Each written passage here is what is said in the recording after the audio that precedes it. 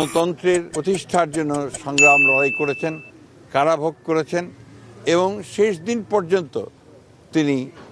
অসুস্থ ছিলেন, কিন্তু কখনো আপনার এই দেশ ছেড়ে চলে যাননি।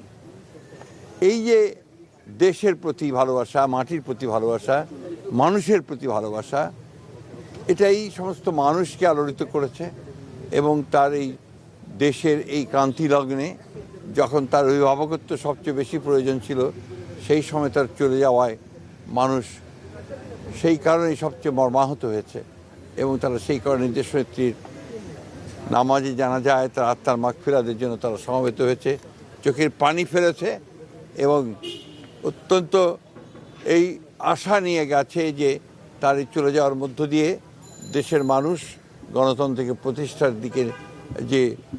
কর্তব্য পালন করা, সেই কর্তব্য তারা পালন করবে এবং আগামী নির্বাচনকে সুষ্ঠু, অবাধ, নিরপেক্ষ করে এই দেশের পক্ষে যে শক্তি আছে বাংলাদেশ জাতীয়তাবাদী দল, সেইটাকে তারা বিজয়ী করবে বলে আমি মনে করি।